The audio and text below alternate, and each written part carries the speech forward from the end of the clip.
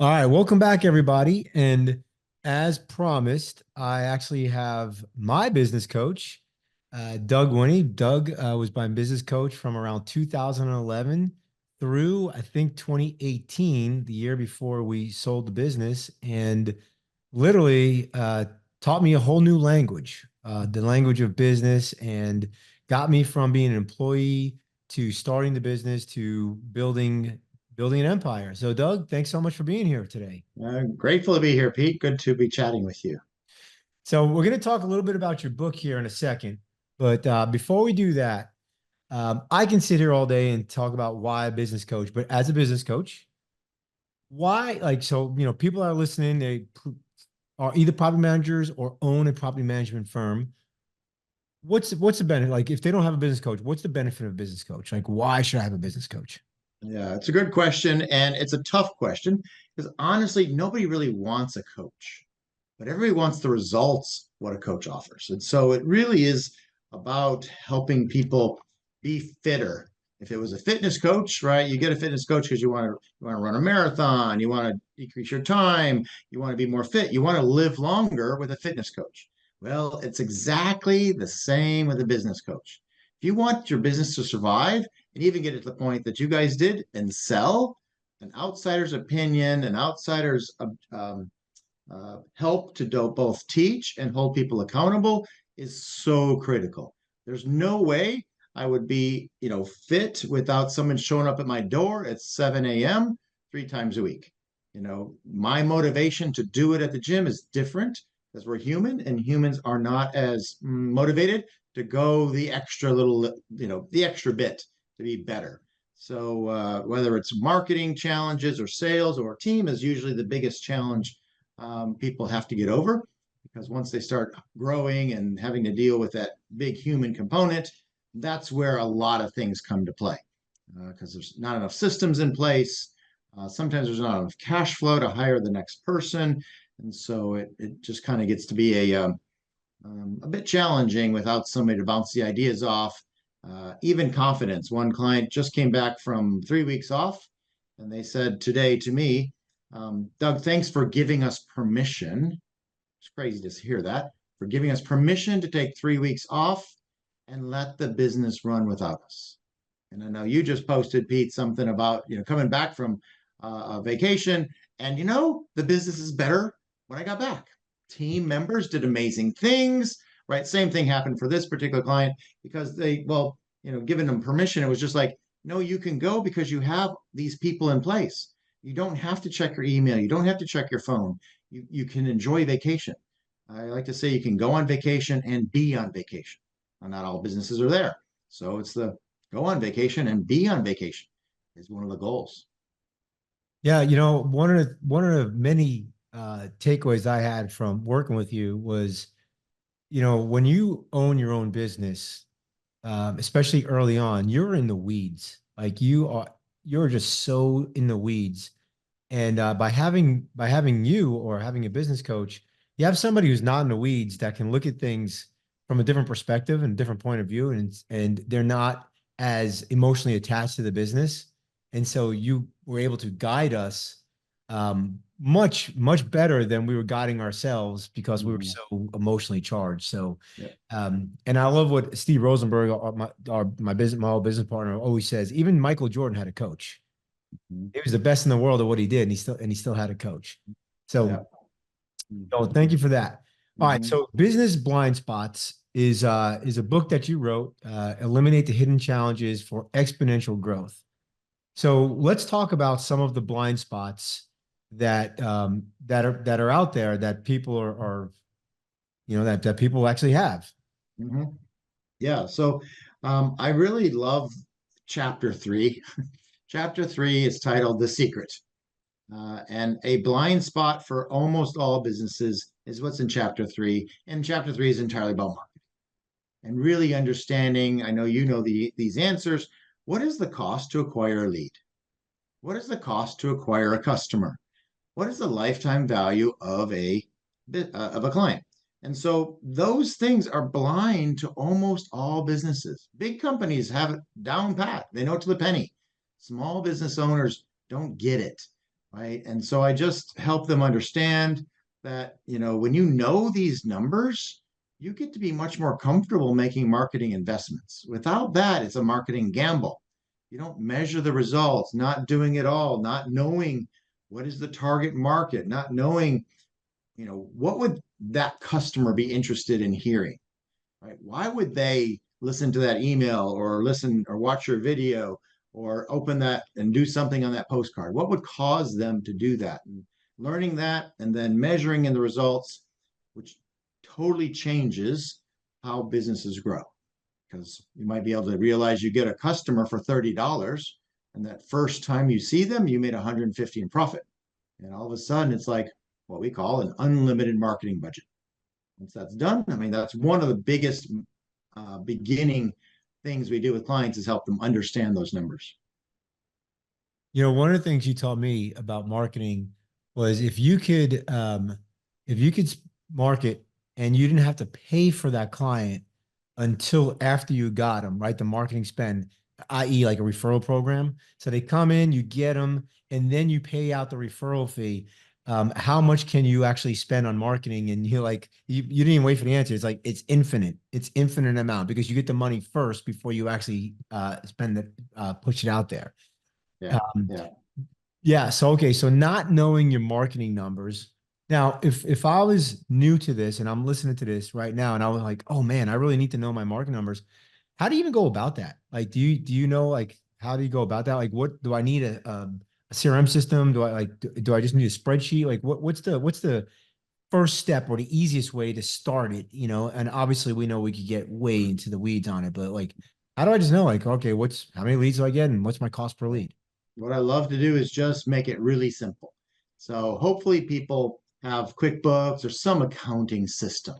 And if you just look 12 for the last 12 months, anything got put into marketing. You might have paid for a website, you might have paid for SEO, you may have paid for business cards. There's a lot of things you might have done, and hopefully it's categorized correctly inside your accounting system, and you have a number. Let's just say it's $10,000 was put out in the last 12 months. So that's the number that we're going to divide into. And I'd say, well, how many proposals did you put out in the last 12 months?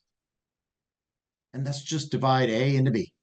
So if we had 10 proposals done over a whole year and $10,000 went out, then that's what is that? 100, $1,000? 1,000 bucks. Yeah, 1,000 bucks for each one. Right now, that was just for the cost to acquire the lead. You say, well, how many customers did you get from that? And you go, okay, we got 5 customers from it. Okay, so now it's $2,000 to get a customer, and that's all you have to do. Now just look at those numbers and go, well, I paid $1,000 to get a proposal out the door, and I paid $2,000 to buy the customer. And really think of it that way. And then you go, well, how much is the profit per customer? In this particular example, maybe the profit is $20,000 a year. Like, okay, so now be sure you're understanding what the profit was and the cost was, and how often do you want to make that investment to make that profit? Now, Doug, when you start getting these numbers down, do you recommend that I look at if I have like a marketing person on site or I'm having a marketing agency, does that go into the cost of marketing for my lead? Or do you break it out? Do you have like two? Do you have the cost per lead just on the hard cost and then the cost per lead with salary or with team? Yep, I remember this conversation with you years ago, right? And it's really, so just think of it as if it's a cost that's incremental, then it's added into the marketing costs. If you're going to pay somebody a salary to be on board, then it's not part of it. It's not the cost to acquire the lead, and it's not the cost to acquire the customer. It is part of your marketing budget, but when it comes to just understanding cost to acquire the lead or the customer, just stick to the incremental costs, the outsourced companies, the outsourced printing, anything like that.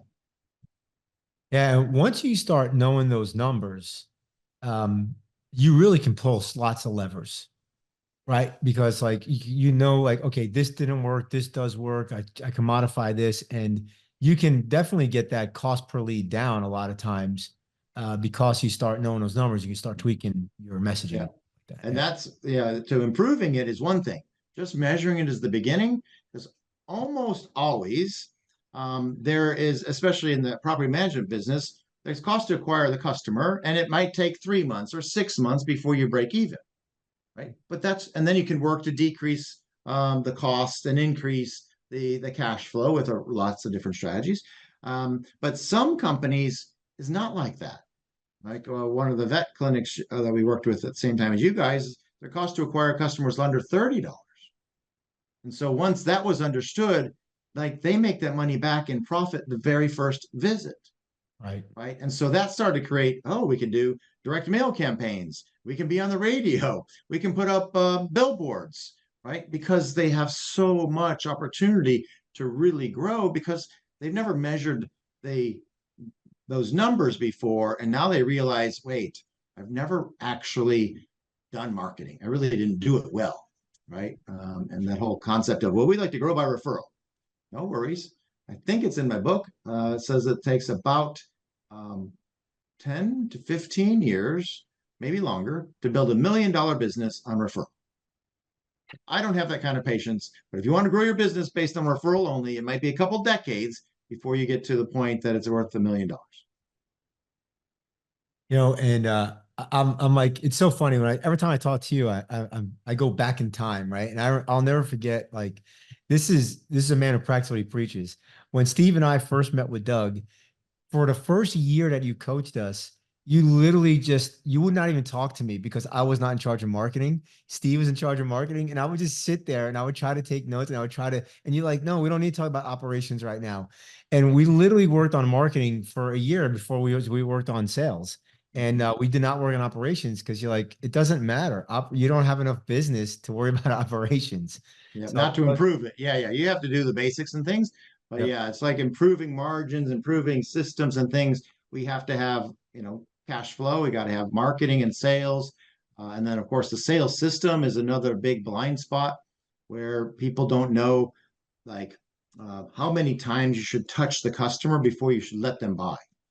Right? Statistically proven that 7 or so touches improves the conversion rate, the percentage of people that buy significantly. So if we talk about a landscaping business or even the property management business, right? So you say, okay, how much is it? And they say, okay, it's $200 a month. Right? Well, that's not even, I mean, that's like a touch or two. Like, and people go, okay, thanks. And they hang up. And then they go to the next person. And then they finally try to find the cheapest, which is, of course, the worst property management company to use.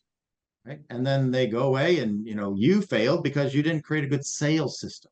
You got them to call you, but you didn't follow or create a sales system, a process that allows people to buy, professionally helping them buy rather than them just trying to buy on price. So That what are was a some of huge. the components of a sales system? What's actually in your sales system? First step, of course, is measurement, just like back in the marketing, right? Measuring it, right? So deciding when does it switch from marketing to sales. So I'll say as soon as somebody raises their hand and says, tell me more about what you do, or I have a property, or right, then they move into the sales funnel. Officially, that should move from person A to person B because there are different personalities and things like that to go from lead generation to actual sales. So then, a couple different steps can be, oh, well, thanks so much. Let's schedule a time so we can go over what you really want out of a property management company. Like that's step one. It's not like, oh, let's go have babies right now. No, let's kind of chat, right? We need a date before we become clients, right? So that step one should be scheduling the meeting. Now, before the meeting happens, the company should send some information over, either printed material or something in email that talks about what you do, why you do it, how big you are, how good you are, what's your uniqueness, right? So something goes over between the scheduling the appointment and the actual appointment. So now that by the time the appointment happens, you might be at 3 steps or 4 touches already. Right? So then you're going to ask them some questions, determine if they're a good fit, right? There's plenty of clients out there that aren't good fits, Yep. right? So you're just trying to see if it's a good fit or not. If they really see the value, I talk about property management because we talk about building rental portfolios with our clients all the time. And I'm like, buy it and forget it. You do not want to manage any property ever for the life of your owning real estate, do not do that. But if you don't get those kind of customers, right, then they're going to micromanage everything, right? And so you want to Oh be yeah. able to figure that out. Yeah. So it's a part of a questionnaire. Then you might say, oh, fantastic, we got a lot of information. All right, well, let me put together the right program for you, and let's schedule another call. And then you might do that. And so you end up with a 7-step process or a 10-step process, and your conversion rate goes up because you allowed them to buy because they really wanted to buy from you, right? And you didn't screw it up with just talking about price. Is another blind spot that most people don't have a CRM system. Yeah. Yeah. I giggle because yes, right. Sort of like the beginning of, right. You can be start off with a spreadsheet, which is a, early version of a CRM, but yeah, getting to something like that is critical. I'm chatting with some other marketing companies, and they're really good at creating processes for follow-up. Do good follow-up systems, but if it's not in a CRM, there's nothing to follow up with. They can't help you. Like, okay, I can't read your chicken scratch on your paper. So yeah, CRM is critical. Can be good ones, free ones, expensive ones, just as long as you're using it, and get good at everything. Get good at recording their information, mobile number, of course, address, good emails, their position, plus the stage of their Even their pain process, point. Yep. their pain points, where they are in the sales process, Mm. right? So that you can find that, oh, every time people get to step 4, they fall off. That probably means step 3 needs to be improved. Right? But if you don't track that, you certainly will never know that. Now you glanced over something else that I thought was really interesting. You said that the marketing and sales are not the same, and that they're different personalities as well. And so many people like sales and marketing just kind of rolls off the tongue, right? Oh, I'm sales and marketing. So tell me a little bit more about that. Like, what do you mean Yeah, by, like they're different people and they're different right. things? Yeah, it's really, and I didn't know this either until I started getting into this. So, I mean, in my IT business, which I did really well and sold it, I didn't learn so much from that I've now learned inside of coaching. And one of those is behavioral profiles and understanding there are, we talk about getting the right people on the bus and the wrong people off the bus, but it's more about the right people on the bus on the right seat. And so the person who's really going to be good at marketing is going to be really good at analysis, really good at math, understanding how many people opened up this message, how many people viewed the website, how many people clicked this way. So the marketing person needs to is an analytical person. A lot of people in small business think, oh, my marketing person has to be outgoing and go out there and generate leads. That is one role inside of marketing. Right. So when you get big enough, you have a networker, and that's their job. They go out and they generate leads because they're outgoing and chat with people. But the person running marketing has got to be behind a computer and doing all the analysis, because you can start to figure out more money belongs over here because that's working better. Oh, less money here, or this needs to be improved. While the salesperson's behavior style needs to be outgoing as well as driven to get results, to close the deals, right? Win the business. So you've got the good marketing person that's going to be behind a computer, analytical, and it's that the absolute opposite of the outgoing salespersons out there shaking hands, kissing babies, working on closing deals. And so, and and I teach a lot on DISC. It's been around for many, many decades, probably 50 years or more, right? So, and there's so much free stuff out there in DISC. You can learn a lot, but understand you could have the wrong person as a receptionist just because their behavior profile. They could be a high D, which are really kind of jerks, too direct, to the point, but not friendly. And their opposite is an S, and they're really outgoing. They're caretakers. They want to help everybody, right? And then you got the I's that are friendly and don't like paperwork or details, and then the C is really good at details, including marketing things. Yeah, and if you're listening to this and you want to learn more about DISC, Doug actually did a DISC course for VPM. So if you create a free account on VPM and go to the VPM Academy, you can actually watch a whole course for free on DISC. So All right. So we got a couple of blind spots. Do you have another one or two that you could think of? Sure. One of the biggest ones that I learned when I got into this, because I wasn't very good at creating a plan, right? Or having a goal. And is really crazy. I just figured I'll just grow as fast as I could in my old businesses.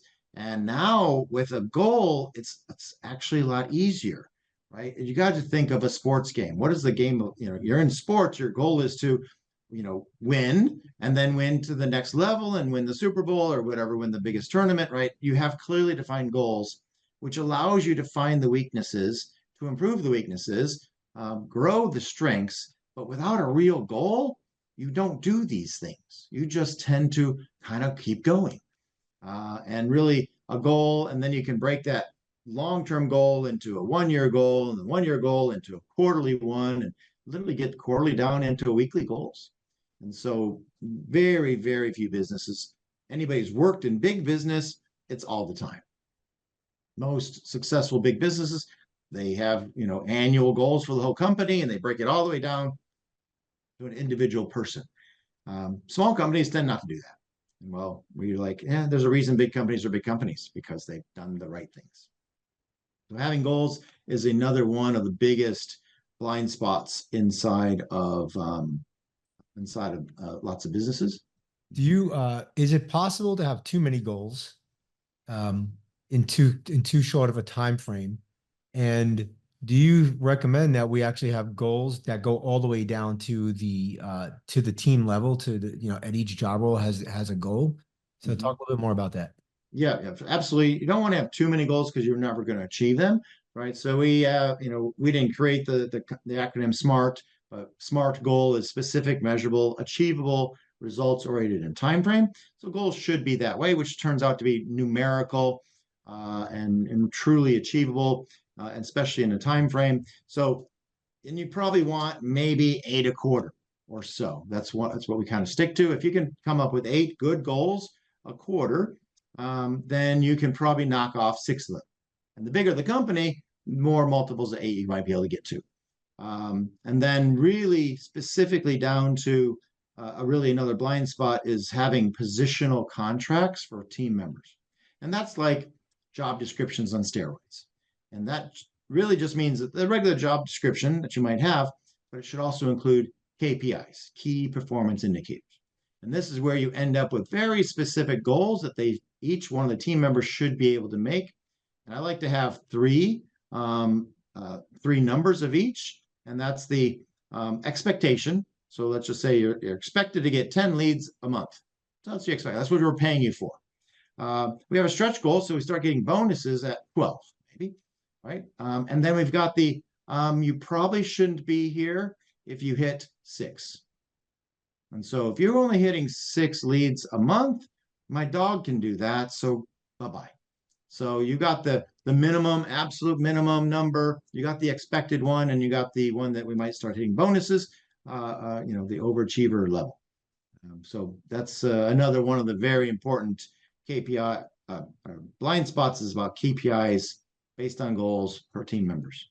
I'm a huge fan of KPIs. Obviously, I never even heard the term until I met you. Kind of told me what it was. It took us a long time to figure out the right KPIs for the right people, but once we did, the managing of the people became so easy. Like I stopped managing by feeling and I can manage by math. And then what I love too is I got this from you as well, is we bonus based on if you achieved your KPI. If you met the KPI, you got a firm handshake. If you overachieved and you exceeded the KPI, then you got a bonus. And so it was very easy. All of a sudden, our comp plan became easier, the bonus structure became easier, and the overall management became easier.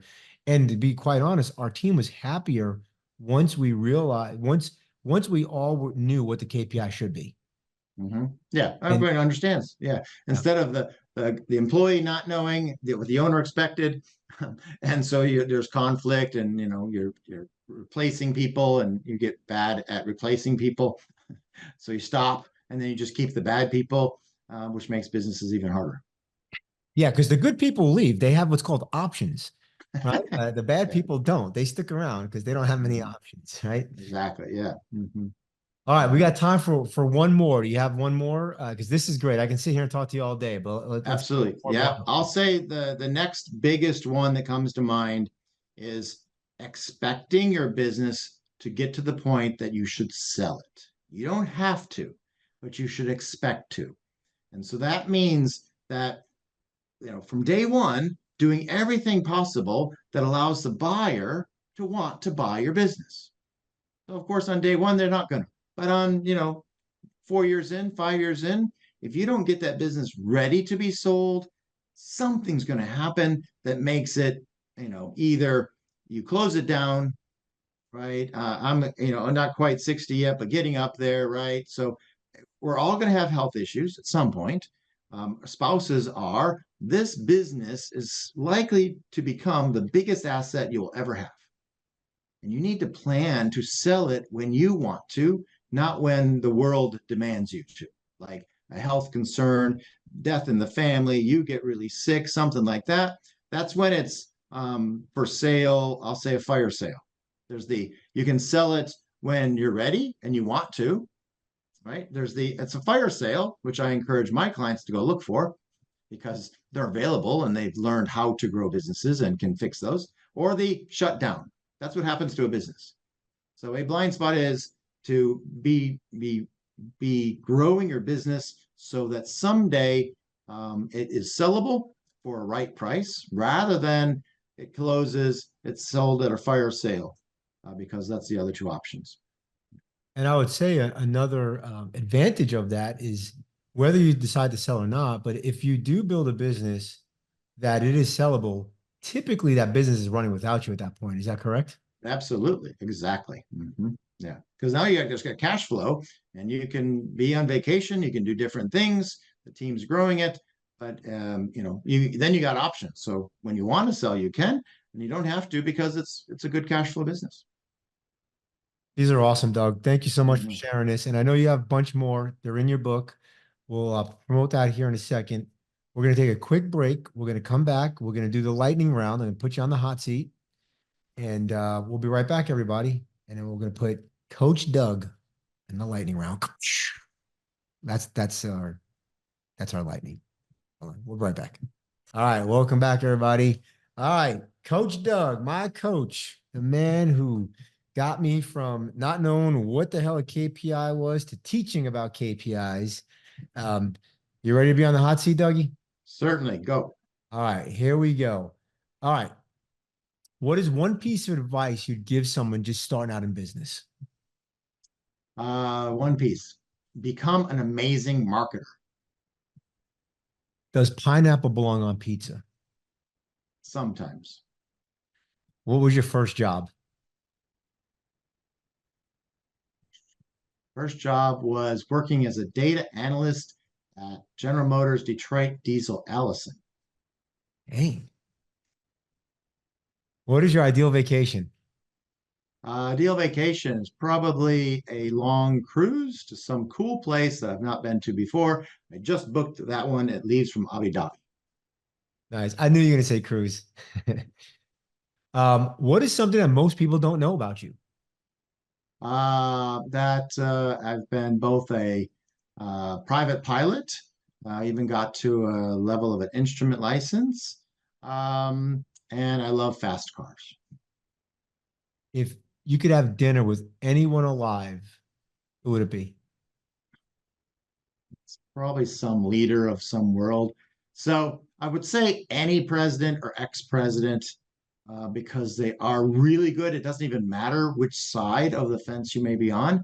It's just amazing how smart they really are and how much I could gain from just that knowledge.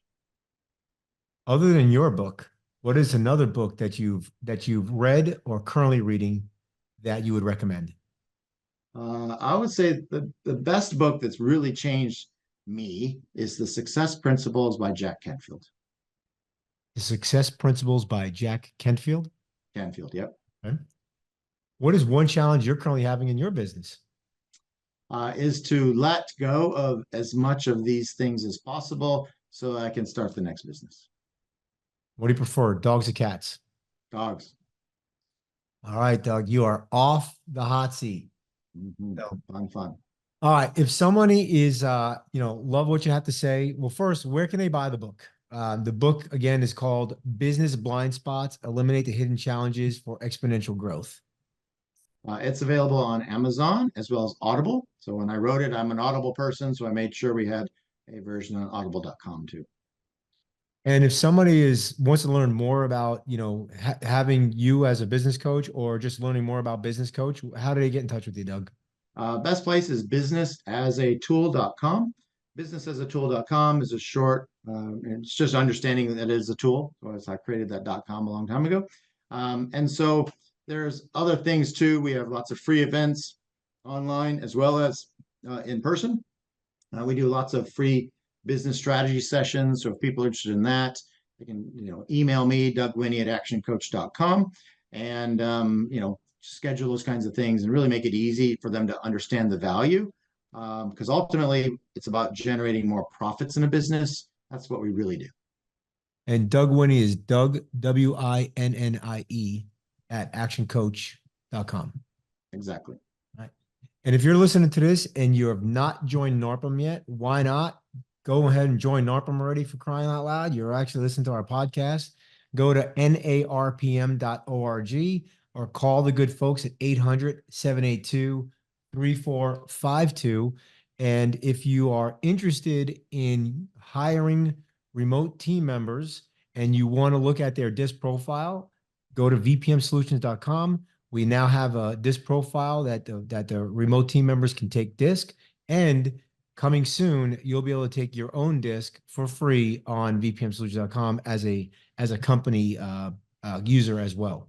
Doug, thank you so much for being here today. Everybody else, we'll see you all later. Thanks a lot, Pete.